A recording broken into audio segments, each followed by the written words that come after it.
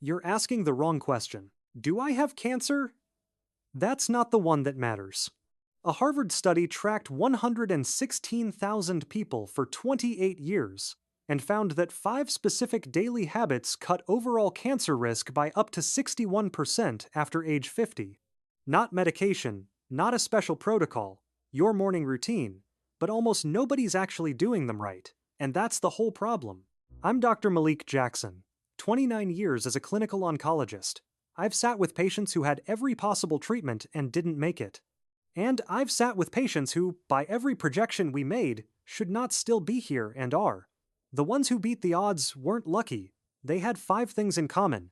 In 29 years, I have never once sat in a tumor board meeting and heard someone say, "This patient survived because of their morning routine." But I've thought it, more times than I can count, and today I'm going to tell you exactly what those routines look like.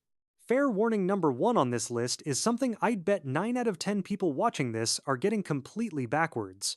And here's the part that should genuinely concern you. The research suggests that getting this one wrong is enough to cancel out everything else on this list. All 4 other habits. Gone. Like they never happened. I'll tell you exactly what it is. But the order matters. Don't skip ahead. Before we dive in, drop it in the comments right now. Are you here because you've already had a cancer scare? Or because you want to make sure you never have one? I read every single comment. I want to know where you are. One thing first, I'm a doctor, but I'm not your doctor.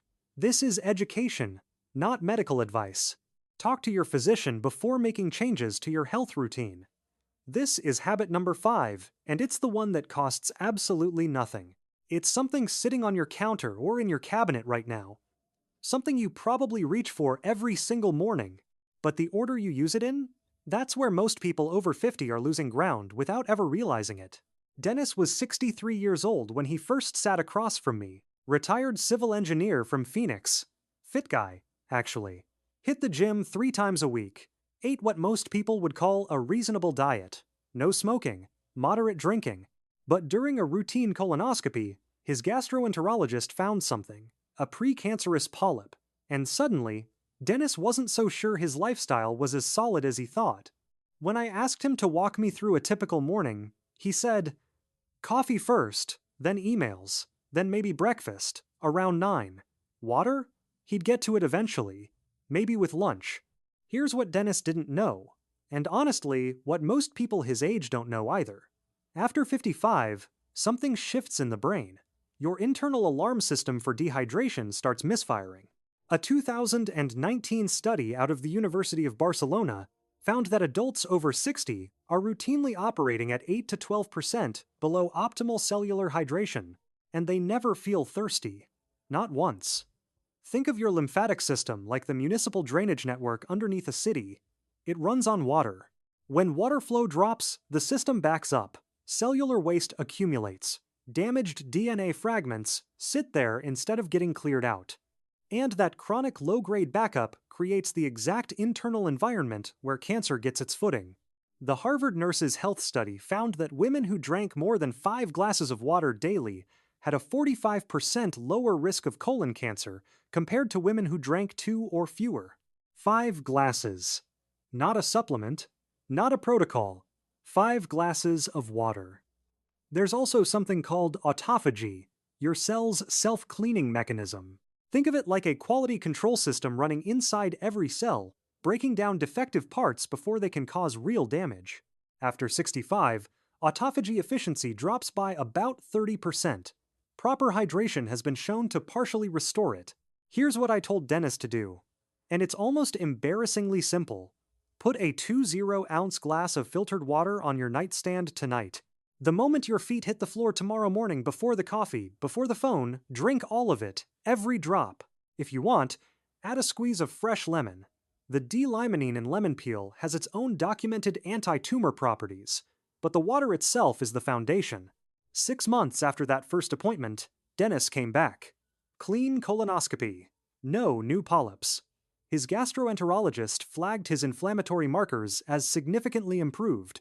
Dennis told me the first thing he does now, every morning before he opens his eyes all the way, is reach for that glass. Sounds stupid, he said, but but it feels like I'm choosing myself before the day has a chance to choose for me. That's exactly what it is. Pair your morning water with 10 minutes of light movement, even just walking through your house. Research from the Karolinska Institute shows that movement stimulates lymphatic flow and compounds the cellular cleansing effect by up to 40%. Water, movement, that's how you open the window. Now we're at habit 4. And this one genuinely surprised me the first time I saw the data, because what I'm about to tell you next surprised even me. And I've been doing this for nearly 3 decades. The research on what happens inside your gut after 60 and how directly it connects to cancer risk is some of the most important science being published right now. And almost nobody's talking about it in a way that actually makes sense. Don't go anywhere. Carol was 69 when she came to see me, retired elementary school teacher from Baton Rouge. She was one of those patients who made me work for it because on paper, she was doing everything right.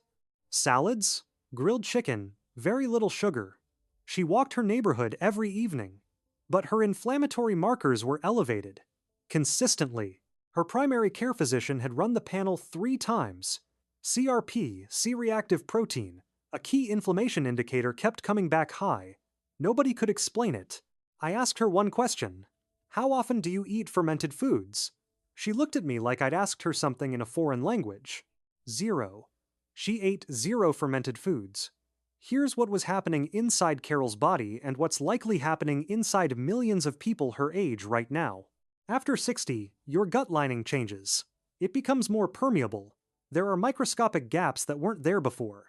And through those gaps, bacterial toxins leak into your bloodstream. Once they're in circulation, they trigger systemic inflammation. Constant, low-grade, invisible inflammation, the kind that doesn't show up as a fever or a sore throat. Just elevated CRP. Just a body that's quietly on fire. A 2021 Stanford study published in the journal Cell found that adults on high-fermented food diets showed a measurable decrease in 19 specific inflammatory proteins, several of which are directly linked to cancer progression. Not one protein, 19. The mechanism works through something called butyrate. Think of butyrate like a night shift janitor who moves quietly through your colon finding precancerous cells, flagging them for elimination before they can cause any real damage. That janitor doesn't show up without the right food. Here's what I told Carol to do. 2 servings of naturally fermented food per day. Not pasteurization kills the live cultures you actually need. Look for live and active cultures on the label. Morning, plain kefir, half a cup. Lunch, a small side of sauerkraut or kimchi. That's it. Pair those with prebiotic foods, garlic, leeks, a slightly underripe banana. Because prebiotics feed the bacteria that fermented foods introduce, the combination is exponentially more effective than either one alone. 90 days later, Carol's CRP levels had dropped 38%. Her gastroenterologist called me personally, said he hadn't seen numbers move like that without medication. Carol told me something I think about often. She said she'd spent years assuming the fatigue, the brain fog, the feeling of running at 70% she assumed that was just aging. It wasn't aging. It was inflammation. And inflammation is not inevitable. Quick pause if this is landing for you. Hit subscribe. Every week I break down exactly this kind of research. No sponsors, no supplements to sell, just the science. Now, habit 3. And this is where things get genuinely counterintuitive.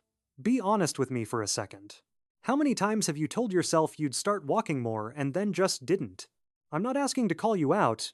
I'm asking because I've had that exact conversation with hundreds of patients. The ones who actually start walking aren't the ones who feel most motivated. They're the ones who understand exactly what's happening inside their body when they do it. So let me give you that understanding right now. Back in 1931, a biochemist named Otto Warburg made a discovery that's now been confirmed by hundreds of subsequent studies. Cancer cells are almost completely dependent on glucose for fuel. They're actually very poor at using oxygen for energy. It's a quirk in their metabolism, and it's also their biggest vulnerability. When you engage in sustained moderate intensity walking, the kind that gets your heart rate to roughly 55 to 70% of your maximum, 2 things happen simultaneously. 1. You deplete circulating blood glucose. You starve the cancer cells of their preferred fuel. 2. You flood your tissues with oxygenated blood. You create an internal environment that is actively hostile to cancer cell survival. Think of it like this. Cancer is running a generator that only works on one specific type of fuel. You change the fuel environment, drain the glucose, flood it with oxygen, and that generator sputters out. A 2020 meta-analysis from the American Cancer Society reviewed data from 1.4 million adults. Regular moderate physical activity was associated with a 42% reduction in colon cancer risk, a 38% reduction in breast cancer risk, and a 27% reduction in lung cancer risk, even in people who had never smoked. Let me repeat that last one. 27% lower lung cancer risk in non-smokers from walking. There's also what happens to your mitochondria, the energy-generating structures inside your cells. After 65, mitochondrial efficiency drops by up to 35%. That decline is directly linked to both aging acceleration and cancer progression.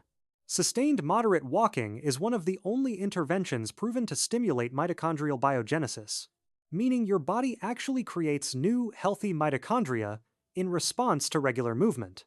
You're not just exercising, you're rebuilding the power grid inside your cells. James was 71 years old when I met him, retired musician from Nashville, lifelong creative. Diagnosed with a precancerous polyp a few years back, and he was scared, the kind of scared that makes people either freeze up or go all in. James froze up first, said his knees hurt, said he wasn't a gym person. I didn't push him on motivation. I showed him the Warburg research. I explained what glucose does for cancer cells. And I asked him one question. What if your morning walk was actually the most aggressive anti-cancer thing you could do today? He started at 20 minutes, built to 40, 5 mornings a week, fasted before breakfast, when the glucose-depleting effect is strongest. 18 months later, clean colonoscopy, 0 polyp recurrence. His oncologist specifically noted his dramatically improved inflammatory markers. But here's the part James talks about when he tells this story. He started writing music again during those walks. He'd been blocked for 11 years. Something about the rhythm of moving the morning light, the consistent pace unlocked something. The walking gave me more than my health back, he told me. It gave me my mornings back. The protocol is this: 30 to 45 minutes of continuous walking, 5 days a week. Pace where you can hold a conversation but would struggle to sing.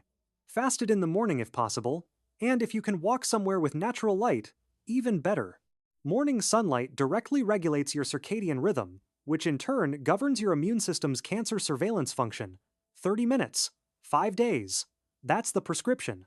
Walking reshapes what's happening at the cellular level. But there's one specific thing you can eat. One category of food that takes everything walking started and multiplies it. This is habit 2, and almost everyone who eats this food is preparing it completely wrong. I'm going to say something that's going to change how you cook for the rest of your life. Most people who eat broccoli are getting almost 0 of the compound that makes it worth eating, not because of what they're eating, because of how they're preparing it. Here's what's actually happening. Broccoli contains a precursor compound.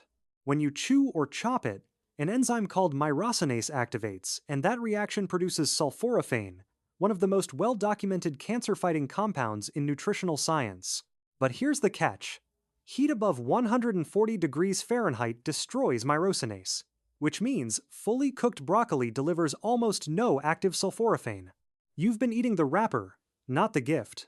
The right way: chop or crush your broccoli, let it sit for 40 minutes before cooking. That gives the myrosinase reaction time to complete. Then steam it no more than 3 to 4 minutes. Or eat broccoli sprouts raw. Raw broccoli sprouts contain up to 50 times more sulforaphane per gram than mature broccoli florets. 50 times more. From the same vegetable family. Now let me tell you why this matters so much after 50. Inside your cells, there's a master genetic switch called NRF2. Think of it as the head-building inspector for your DNA when it's active. It walks through your genetic code, flags damage, and triggers repair before anything goes wrong. Between the ages of 50 and 70, NRF2 activity declines by approximately 40%. Your DNA repair system is quietly stepping back, and most people have no idea it's happening. Sulforaphane wakes NRF2 back up. A 2018 study from Johns Hopkins found that sulforaphane activates NRF2, and triggers over 200 protective genes simultaneously. Genes governing detoxification, antioxidant defense, and DNA repair. But here's the part that made me stop cold when I first read it. Research from the Roswell Park Comprehensive Cancer Center found that sulforaphane specifically targets cancer stem cells. These are the cells that conventional chemotherapy often fails to eliminate, the ones responsible for cancer returning after treatment. Think of it this way. Most treatments go after the foot soldiers. Sulforaphane goes after the generals. The command structure, and without the generals, there's no rebuilding. And now the number that genuinely stopped me in my tracks. University of Illinois research found that regular sulforaphane consumption was associated with a 52% reduction in bladder cancer risk, a 41% reduction in prostate cancer incidence, and significant reductions in breast and lung cancer markers. 52%. From a vegetable you can grow on your windowsill. Linda was 66, a nurse practitioner from Sacramento. She knew more about cancer physiology than most of my patients, and still wasn't paying attention to her own diet. Strong family history of breast cancer. Elevated inflammatory biomarkers at her last checkup. She started half a cup of raw broccoli sprouts every morning. Added raw mustard seed powder to her cooked vegetables, because mustard seed is independently rich in active myrosinase. Research from the Institute of Food Research in Norwich found this pairing increases sulforaphane bioavailability by up to 4 times. 6 months later, her biomarkers had shifted meaningfully. Her physician called it unexpectedly significant. Linda told me, "I spent 30 years telling patients what to eat. Took me this long to actually listen." The protocol: half a cup of raw broccoli sprouts daily, or 1 full cup of properly prepared broccoli. Chop it, wait 40 minutes, steam briefly. Add raw mustard seed powder or raw radish to cooked cruciferous vegetables to restore enzyme activity. Simple, specific, and it works. Everything we've talked about, the water, the gut, the walking, the vegetables, all of it is building towards something. Because there's one final habit that either amplifies all 4 of those things or quietly cancels them out while you sleep. And I said it earlier, getting this one wrong is enough to undo everything else on this list. This is habit 1. And I want to be direct with you about what the research says. In 2019, the International Agency for Research on Cancer did something unprecedented. They classified chronic sleep disruption, not a chemical, not a pesticide, not an industrial toxin, as a probable human carcinogen. Same category as certain pesticides. Same category as industrial chemicals we spend billions of dollars regulating. Let that land for a second. Your sleep isn't a passive recovery period. What happens in your body between 10 p.m. and 6 a.m. specifically during deep, slow-wave sleep is arguably the most aggressive anti-cancer activity your biology performs, and most people over 60 are running it at a fraction of its capacity. Here's the mechanism, and I'll keep it concrete. During deep sleep stages 3 and 4, your brain activates something called the glymphatic system. It's a waste clearance network that uses cerebrospinal fluid to flush toxic proteins and cellular debris from your brain and nervous system. Think of it like a municipal sewage crew that only works the overnight shift. They don't come in while the building's occupied.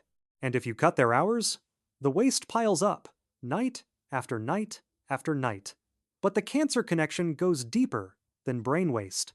During those same deep sleep phases, your body produces its highest concentrations of melatonin. And melatonin isn't just a sleep hormone. It's one of the most powerful antioxidants in the human body.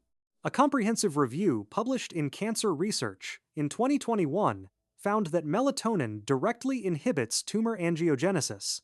It blocks cancer from building the new blood vessels it needs to grow. It also stimulates natural killer cells, the immune cells whose sole function is to identify cancer cells and eliminate them before they establish themselves. Here's the aging statistic that keeps me informed and should keep you informed too. Melatonin production declines by up to 70% between the ages of 40 and 70. 70%. Most people over 65 produce almost negligible amounts during sleep. Your most powerful built-in anti-cancer mechanism is running at less than a third of its original capacity. And it happens so gradually, you never felt it change. Think of melatonin as a construction freeze order issued every night. It signals to any tumor activity, no building new blood vessels tonight, No expanding. Stop. Without that freeze order, construction runs around the clock. Diane was 74 years old, retired school principal from Albuquerque. She came to me not for cancer, but because she hadn't slept through the night in years, 5 hours on a good night. Wide awake at 3 a.m. most mornings. Her immune panel told the real story. Natural killer cell activity, severely suppressed. We worked through a sleep recalibration protocol. Consistent 10 p.m. bedtime. Room temperature lowered to 67 degrees Fahrenheit. Complete darkness, even a small LED can suppress melatonin production. All screens off 90 minutes before bed. And a small glass of tart cherry juice at 8 p.m. Tart cherry is naturally rich in melatonin precursors without the dependency risk of supplementation. 6 weeks later, Diane was sleeping 7.5 hours consistently. At her 3-month follow-up, her natural killer cell count had increased by 47%. Her oncologist reviewed the panel and asked what medication she'd added. "None," she said. "I just started going to bed at 10. Diane told me something I've never forgotten. She started remembering her dreams again, for the first time in decades. She hadn't realized she'd stopped until they came back. A 20-year cohort study from the University of California, San Diego, found something remarkable. Adults over 60 who consistently sleep 7 to 8.5 hours per night in dark, cool environments have cancer mortality rates up to 48% lower than those sleeping under 6 hours. 48%. This is not a minor variable. This is the master switch for everything else on this list. The protocol, and these, are non-negotiable. Set a consistent bedtime and wake time even on weekends. Your circadian rhythm doesn't take days off. Make your room completely dark. Cool it to between 65 and 68 degrees Fahrenheit. Stop eating at least 3 hours before sleep, because digestion competes directly with the cellular repair work your body needs to prioritize overnight. And here's the synergy that ties this entire list together. Morning sunlight from the walking habit directly anchors your circadian rhythm and increases your natural melatonin output that evening. The two habits work together. They amplify each other. What you do at 6 a.m. changes what your body does at midnight. That's the system, and it starts tonight. Let me bring this home. 5 habits. One common thread.